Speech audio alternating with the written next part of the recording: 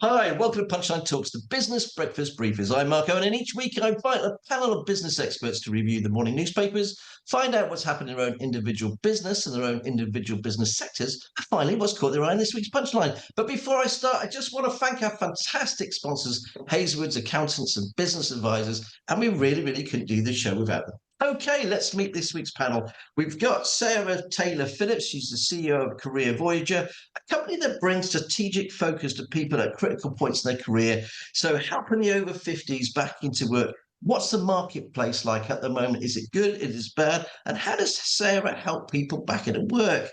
We've got Jonathan Viney, he's a director, founder, and owner of JV Consultancy. He's a super sales guru. I've known him for quite some years. He's a terrible golfer. He's a co-owner of 5 and 6 North Place, and he's just completed his second part of the building, spending £800,000, which I'm sure that's gone up since we last spoke. So we'll find out what's gone wrong, what's gone right, and hopefully a few tips on what not to do when you're redeveloping a home like that. Okay, and we've got Sarah Tinks Cross, wardrobe editor and personal stylist and owner of My Boss. We'll find out about the business and what's in fashion. And she's just launched her first book called Second Skin. So I'm really looking forward to that as well. Okay, guys, before we start, let's have a look at what's making the headlines today. And we just shared there. Okay, the Daily Star. What planet are they on? The Sun. Ronnie and Leela's 147 break. The Daily Mail. English identity is under threat, warns Gendrich. The Daily Financial Times. Consumer confidence takes tumble as households fear painful budget. The Daily Express. I survived atomic bomb tests and cancer, but will I survive this winter? The Mirror. Shop of horrors from Al Fayed. The Metro. Al Fayed a serial rapist. The Times. Reeves told to reverse cuts about 10 billion boost. The Guardian. Hezbollah vows retribution against Israel after wave of attacks. The Eye, Middle East steps close to regional war. And the Daily Telegraph, I'm still in control, says Starmer as feud erupts. Okay, let's go back to the panel. Sarah, what have you picked out for us, please, from the papers? Sarah. You, Sarah, yes. Basically, I picked out the story about Amazon. Andy Jassy, the CEO, said that everybody needs to go back to the office 5 days a week from the 2nd of January. And the employment minister has said, it's in the papers today, that that's not the right thing to do. They're doing the wrong thing. So the employment rights bill comes through next week, and that's all about flexible working. And so this whole kind of organizations wanting people to go to the office 5 days a week. And that's not great for flexible working or diversity. So that's the story that I picked up. And it's funny, I go around all over the place and lots of business owners talk to me and they're desperately trying to get their employees back, offering free fish and chips, all sorts of stuff as well. And here it is, a bigger company like Amazon, they're going to force their way in, isn't it? Before the government does. It lets them off. Absolutely. And it's e-commerce. It's kind of it's a company of the future, isn't it? They're kind of leading the way and pioneering in so many ways. But the whole flexible working piece, they're kind of not leading the way there. And I think there was such a, massive sort of shift in pandemic around flexible working. We seem to be going backwards, not forwards. And I've worked in this space for a long time. And in terms of diversity and getting different segments of workers into the market, neurodiverse workers, returning parents, the over 50s, kind of hybrid working is a really good thing. Young people as well can't afford to go into the office 5 days a week often. So it's a big issue. So Sarah, do you think that affect their recruitment, getting people? I'm sure it will. Absolutely it will. They won't get any of the hidden talent pools. So they'll get a certain amount of people who can go into the office 5 days a week. So it will exclude a lot for sure. So their diversity will suffer, definitely. Okay. I mean, Jonathan, you obviously see a lot of business owners and stuff like that. Are you finding the same thing? Them wanting to try and get people back into the office? There's definitely people want to get their staff back in, but I think Sarah raised the point there. Then they've got this risk now of some good quality staff that they've given flexibility to. And they're concerned if they force it, they could lose those people, because if there is a marketplace there where there's half the population in terms of the employers who offer flexibility and half isn't, well, a lot of people that I know are worried that they'll lose their talent pool. Yeah, without a shadow of doubt. Let's go back over to you, Sarah. Have you picked out another story from the papers? The other story I picked up was about the Queen's going to go on to Book Talk apparently. So she's going to be promoting her book club on TikTok, and I just wanted to talk about TikTok for a moment because according to my daughter who's 16, they've got BBC News and Sky on TikTok now. So I feel a bit better about her gathering all the information that she does from TikTok. So yeah. So it's just how how influencing TikTok is really. That young people, they're not watching TV, they're definitely not reading the newspapers. I think social medias are, really important for them. And TikTok and then Twitter as well, how I don't know how real is the news or how good is the news. So Well, I talked to my best friend in Sweden. I talked to my best friend in Sweden. Some of the stuff he comes out with from TikTok is just unbelievable. I mean, completely barking mad. Actually, the amount of arguments I have with him about some of the stuff he comes up with nowadays. Okay, thanks ever so much for that, Sarah. I'm going to go to you, Tinks. What have you picked out from the papers, please? So I'm staying with the wardrobe theme, and I'm going to start with Next is heading towards 1 billion, and how they've done that is it's all about looking after the shareholders, where they're buying back shares and then reinvesting them. So that's what's adding the value, and that's what's keeping them afloat. And as well as they're sort of getting on to trends, early adopters, they went straight online. They've got 3/4 of what they're selling is coming from abroad. So they're doing lots of things which are right, but they're no different to any other retailer who that we've lost because of recessions and pandemics. So it just sort of goes to show that they've found a way through, and it's all the arithmetic that has done the work to get them through. So that was in The Guardian. I've also got it's all the fashion shows at the moment because it's that change of season, and I've got a bit here which is from The Times. And it's across the board of all the papers, they're all picking up Prada. And what it is that Prada does is they're experimental, put on an amazing show to make you go, this looks different. But when you actually look at it, it's really wearable items where they just actually make a point of something's different to make you look at it, but it's still wearable, and it's things that you can then filter down to be, worn by the general consumer, as well as putting a show on. So I think Prada are doing a fantastic job there. And then we've got a little bit that I found in the Daily Mail, and it was back in the 80s, and it was our Suzanne Constantine, who used to work with Trini on the What Not to Wear show. And it's when she was dating Margaret's son, David Linney. She was at a dinner, and Prince Philip put his hand on her back and she thought, oh my gosh, he's going to go for a boob. But he wasn't. He literally, a strap had broken off her dress, and he was just trying to winch it up before he could call the footman over to get some safety pins. And it's just kind of where, if that happened, now, would that be in the paper of, sort of some person touching someone inappropriately? We've got sort of all that going on. And before I finish my little spiel on the papers, it's quite interesting what Sarah TP was saying with forcing people back to work. Something else which is coming up all the time is people don't know what to wear in the office because, we've gone forward by doing this flexible working hours. And then when you're at home, no one's going to see you at home, so you get comfortable. The office culture has been as comfortable as you can be so you can work your best. Then you might just be, sort of from the waist up. And now that whole going back into work is a wardrobe change for people, and we can't go backwards. We're not going back in suited and booted, but we still need to be presentable. Well, I'm going to ask you about that actually, because suited and booted. I mean, Jonathan and I, we obviously go out and about. As a bloke, it's a lot easier. I could just chuck a suit on, not a tie anymore. I don't think anybody wears ties or whatever. I mean, Jonathan, when you go out, you see lots of guys wearing suits, don't we? Still, but it's really interesting. I was at a meeting the other day at the RAF club in London, and I was like, well, what do you wear? What happens? But there was people there wearing jeans and being kind of very casual about the wear.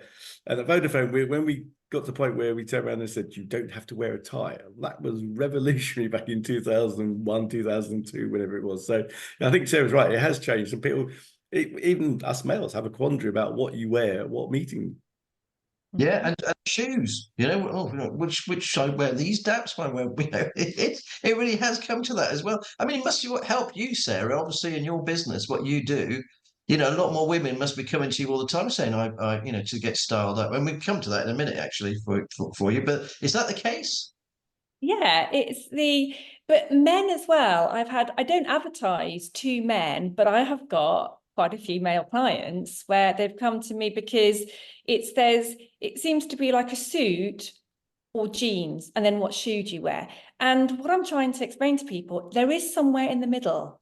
So there is this casualness, but you can't go casual, you still have to be polished. We've been sort of lured into this kind of false sense of being casual is okay because of the home and because of the top CEOs, the Mark Zuckerbergs, the Steve Jobs started doing their jeans and t-shirts. They've got entitlement dressing, and don't be fooled. They are very polished in their casual attire, and there were stylists involved before they got their signature looks. Whereas you're getting people coming into the office, trying to develop their career, trying to represent, companies, businesses, thinking it's okay to go in casual. And, people can read that visual language, and it isn't. And let's be honest, some people look a bloody mess. That's the truth as well. Thanks ever so much for that. Jonathan, I'm going to get you your piece on the papers, first of all, before we carry on. What have you picked out from us, please? Yeah, no, thank you for that, Mark. Well, what was interesting, well, I read the papers. I think it's 3 years that I've come on this show. I found it most difficult to actually find something which wasn't politically or involving people's inappropriate behaviour. But I've come across a little theme, and I'm not trying to give the answers to it, but more ask questions. And these both from the Sun, because the other papers I got can do it. I want to identify as a wolf. What? And so a student is allowed to identify as a wolf. And I don't know if it's an age thing, but that to me just doesn't feel right, doesn't sound right. And I wonder where the society's going with that. And is it because, and I talked to quite a few teachers that I know, and the kind of mental health issues that are happening at school are far worse now than they were 20 or 40 years ago. So there must be some reason for that. And I don't know the answer. I'm just looking at it going, well, that's in the paper, and why does it hit the headlines? And then I go to another piece, and there's about the new head of the Scouts. So Dwayne is now taken over from Bear Grylls, and he's now saying, well, I had a rough upbringing. I was homeless. I was stabbed. I've been shot at. But the Scouts help me and helps kids get respect in life and what they do. So I then thought about my childhood. So as a child, I went to Cubs, and I can remember doing Bob a Job. So some people may be too young who's listening to this, but you'd go out and you'd do some gardening for a neighbour, and they would give you some money, but that went against your card, and that money then went back into the Cubs as a charity. So in society and what's the world is happening, we've got to look after our children. We've got to guide them and shape them. Yes, they don't have to wear possibly the clothes that we used to wear when we started work at 17. But what is happening in the society? And there are some good things that I think should be possibly looked at. And I'm not a great political person, but National Service did a lot of things for people back in the time when we needed it. Should everyone be made to go to Cubs and Scouts and Girl Guides to get some understanding of what respect is, understand about what work ethic is, and look into their elders and their peers? And maybe that would solve some of the problems we have. The trouble is nowadays, it's really difficult to sort of not trust young people, but also it's like we had some young lads come round by our house, right? They turned up out of the blue, and there were 5 of them, and they were offering to wash a car, right? And so I said, well, how much is it? How much, and they said, I don't know. You decide. So I said, okay, you can wash my car for a tenner. Anyway, 2 of them went off, and 2 of them stayed. And actually, they did. I think they were around 10 years old or something like that, 10 or 12 years old. I gave them the bucket and stuff like this. And anyway, I thought they did a really good job. So I gave them a tenner afterwards. I realised that they never cleaned the bloody roof. Really. And I never thought, of course, I couldn't reach at the top there. But we never saw them again. I said, come back next week and you clean my wife's car. But anyway, that was obviously enough. But I don't think a lot of people would give him a chance nowadays. I said to him, that's fantastic, that you're doing this. earning some money and working for it. I said, I'm really impressed, and you've done a great job. But I don't think a lot of other people would give him a go. I don't know. Sarah, anyway, let's talk about your job and what you do, obviously, in the state of the marketplace at the moment, because you help people who are in their 50s or older get back into work, which we all need, don't we? You got your sound off, by the way. It sounds off. Yeah, I think half of the UK workforce are going to be over 50 in 2 years' time, almost half of the UK workforce. So employers need to get used to nurturing, loving, and looking after their over 50s, because a lot of the workforce is going to be over 50. Young people, the birth rates dropped, so there aren't many young people coming into the UK workforce, and there's still a lot more experienced people leaving. So so that's kind of the backdrop. Something interesting has happened in the last few weeks. I spotted a article that was on Indeed, which is the biggest job board in the world, and it was very ageist. So it talked about late career 45 to 55 and career decline 55 to 65. And I posted a story around that. The fact I went to a job centre and asked, about the jobs and how many jobs there were locally, and the job centre said to me, "We haven't got any jobs here. You've got to apply on Indeed." So there was two things that happened. Then I was doing a presentation to a big female group in Bristol, and I found this article on Indeed. So I posted that. It went completely crazy. It went viral. It's had millions of hits. It's been in it's been in the Independent. It's been in the Guardian. It's been in Forbes. It was in the FT last weekend. And it's really ageist. So Zoom basically had this slide, which has gone everywhere all over the world. And they probably didn't have enough older people in that room, in that boardroom.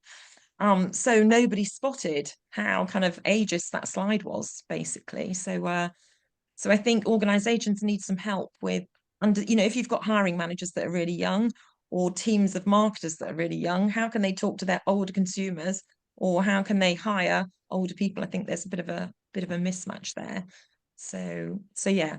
And as I say, the population is aging. It's a massive issue. You will have heard of Viva, I'm sure, talking about midlife MOTs.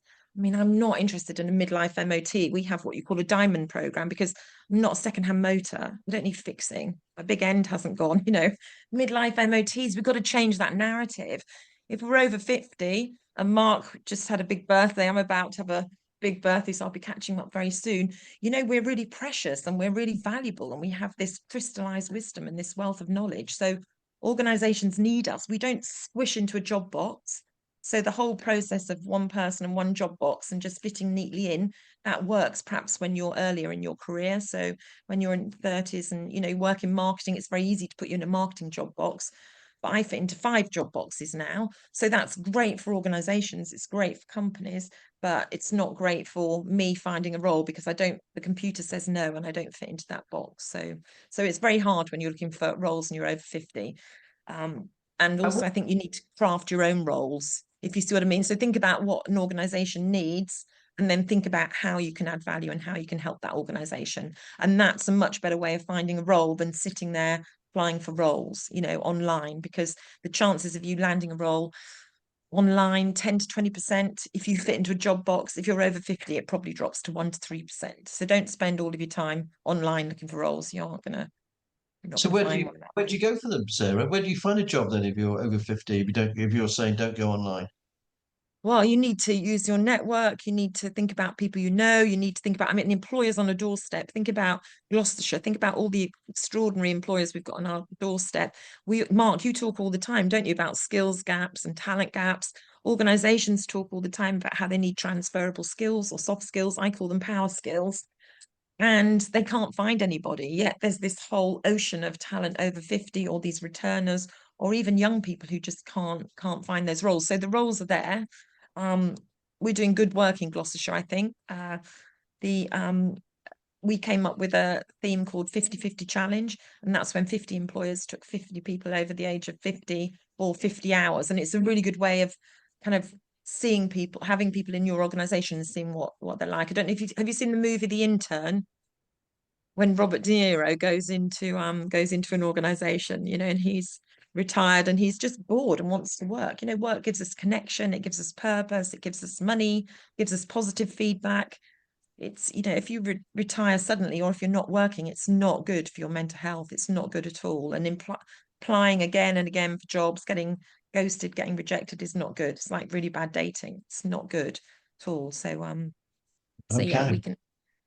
Yeah, Right. but Gloucestershire have got a good careers hub. So if you go and go and see Gloucestershire Careers Hub, that will help.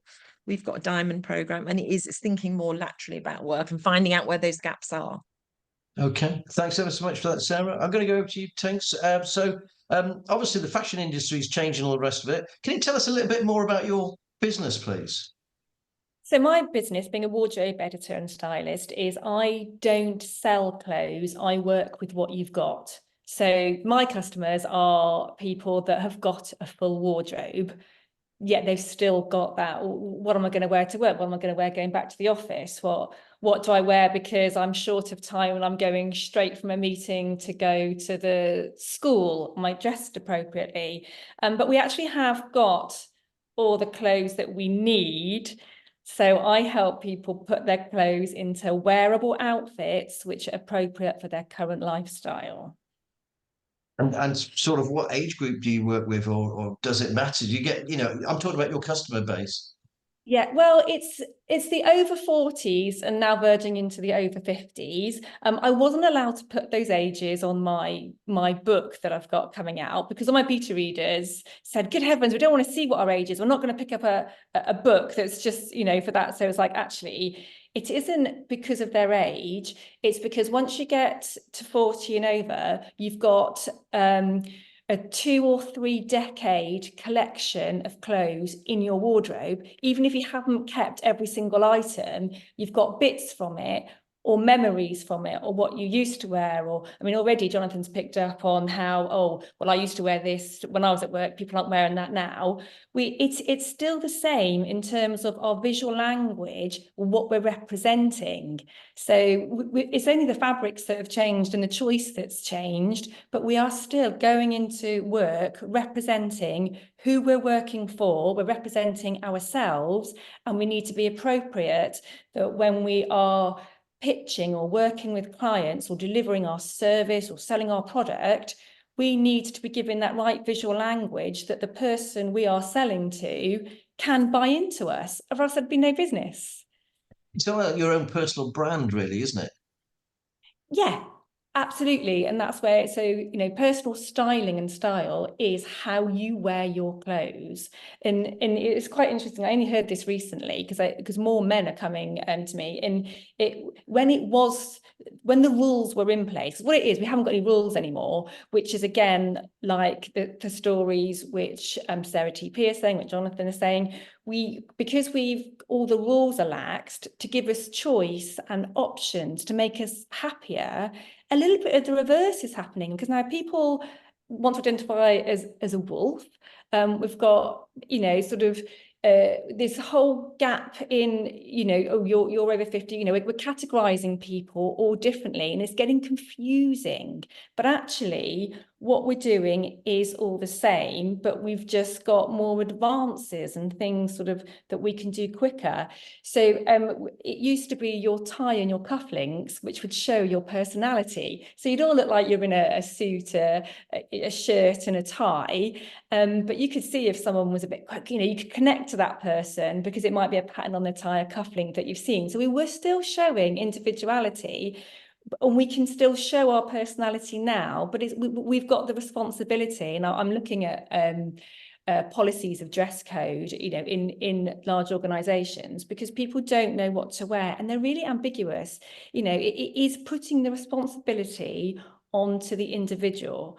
And things have happened where people have got the right clothes on to represent a company, and they've gone, oh, can you go, someone's come in, we weren't expecting to see a client here, or something's shifted, and they're choosing the staff that are representing the visual language of their company rather than the person that might have been in line to go and deal with what they're dealing with. Wow. Okay. So in other words, if someone's a bit scruffy and thinking, oh, I better not send them out to see the client because they don't look great. I better use somebody else who might not actually be as good at what they do. I see. Okay. We don't have very long. So can you tell us about your book, please? And when's it Yeah, coming so- up? So second skin, very exciting. Yes, so it's coming out next Wednesday, so it's got 5 days to go. The reason, so it's coming on that particular day. So I'm going to be pushing out to everywhere. Hopefully everyone would have heard of Second Skin, because I want to try and get a chart position. So I'm a complete unknown in the author industry. I've self-published. And so to try and get that book seen so that I can serve more people, I've done this marketing strategy where if I can try and get everyone to buy on the same day, those numbers in a short length of time, use the algorithms. So this is the cover of the book. I've also teamed up with a local charity, Emily's Gift. So Julie Kent, the people in Gloucestershire would have heard of Julie Kent. Her daughter, Emily's Gift, has got the children's ward in the hospital. We're trying to raise 40,000 for a blood sampling machine. So if you buy a book in September, so you'll have 1 week of September to buy the book that comes out next week, a donation will go towards the charity. Something else that I just want to say about why there's a little picture of a phone and digital here is because when I researched books on style and giving some value, it was images. And so I photographed 200 women in their clothes, and that's what I've used as imagery. So I've got a range from size 6 to size 22 and heights from 5 foot to 5'11" to show what clothes look like when I'm talking about how to put an outfit together. Okay, sounds absolutely great. Hopefully I'll get a free copy so I can give it to my wife. Indeed. Did I say that out loud? Thanks ever so much for that. Jonathan, okay, let's talk about your place or number 56 North Place, which is your place, yours and Sally's. So the renovations, when did you start in there? So well, it was a refurb. We haven't actually renovated anything. So in terms of Adrian, who's Sarah's husband, who go out and build something. So it's a little bit of history to it. So the mother and father-in-law owns the buildings. For the last 50 years, and unfortunately they'd run down into not a very good state. So about 2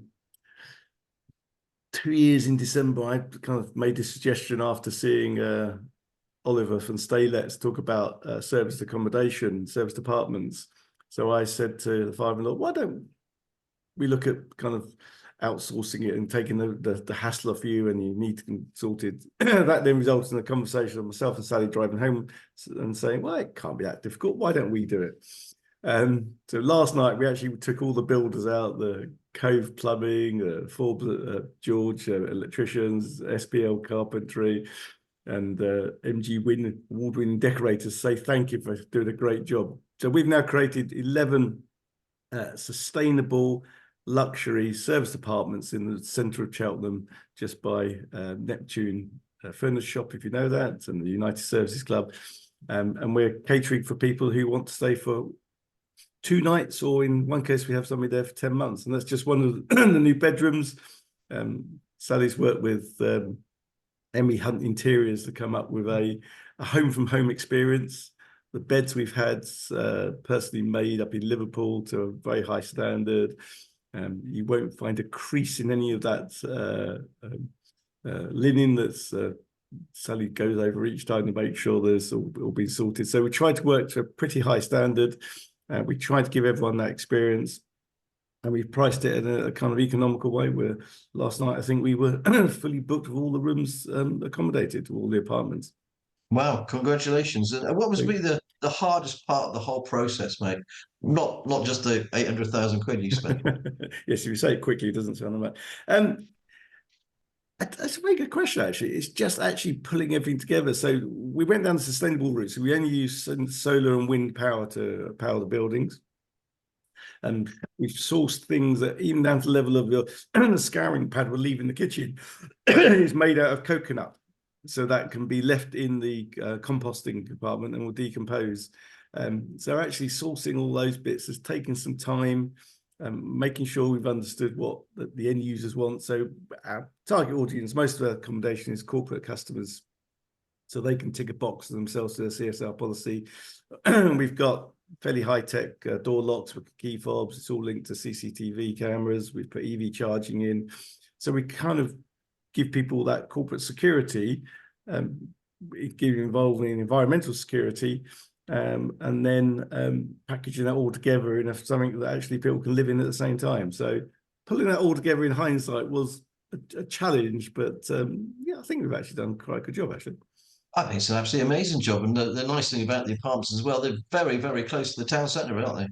We are very lucky at Voyage. You can't the reviews. We've got about 100 5-star reviews, and it's all about the quality I've gone through. But yeah, they just say the location, and it's relatively quiet for being so close to the centre of town. That's fantastic. So we've got.